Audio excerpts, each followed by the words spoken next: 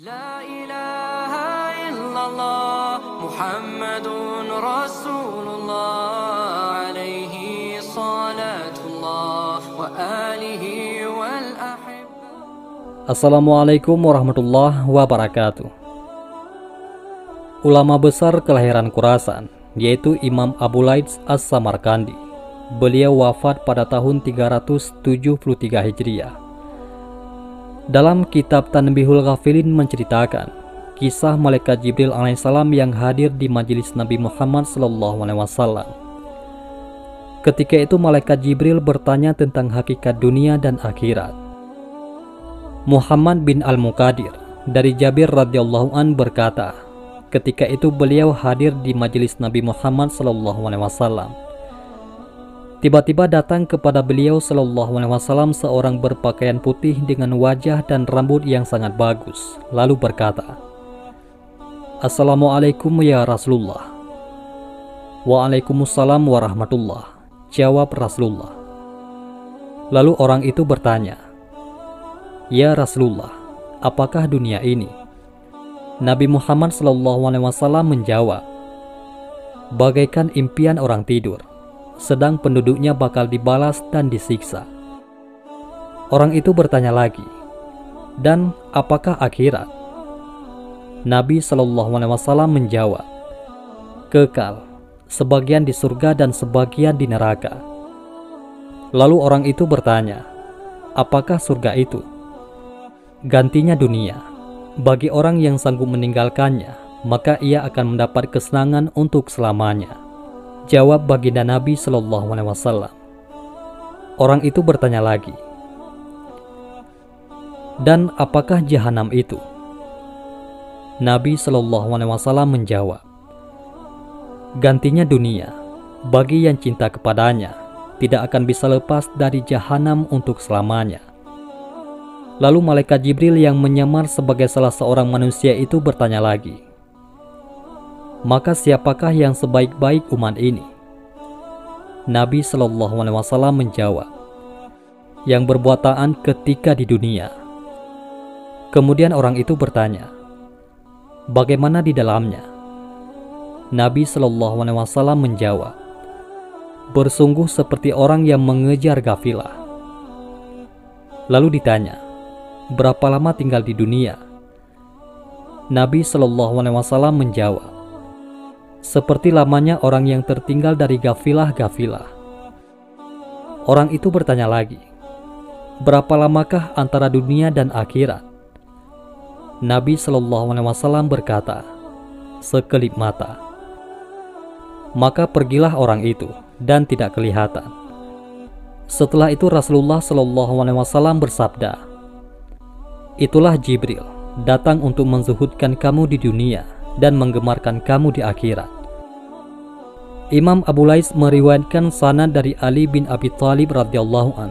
Beliau berkata, "Sesungguhnya yang saya khawatirkan atas kamu hanya dua, yaitu pertama, panjang angan-angan, dan yang kedua, menuruti hawa nafsu."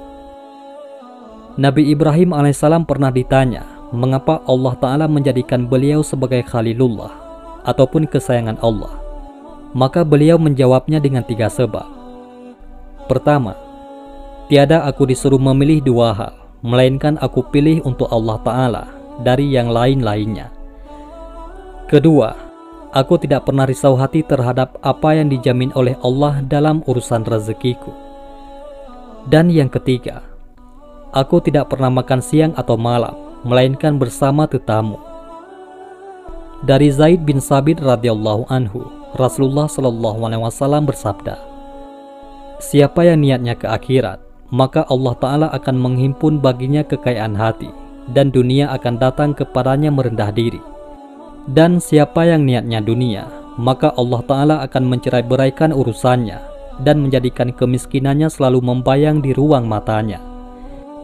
Tidak akan datang kepadanya dunia, kecuali yang ditentukan baginya." Demikian kisah malaikat Jibril ketika bertanya soal dunia dan akhirat kepada baginda Rasulullah SAW. Semoga kisah ini memberi kita motivasi untuk memperbanyak amal soleh di dunia. Adapun kisah lain yaitu tentang pertanyaan seorang sahabat kepada baginda Rasulullah SAW tentang kapan terjadi kiamat. Berikut kisahnya.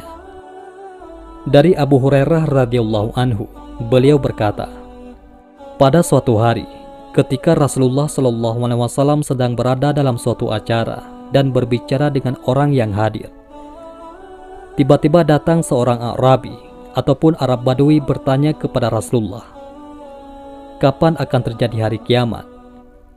Nabi SAW saat itu terus berbicara.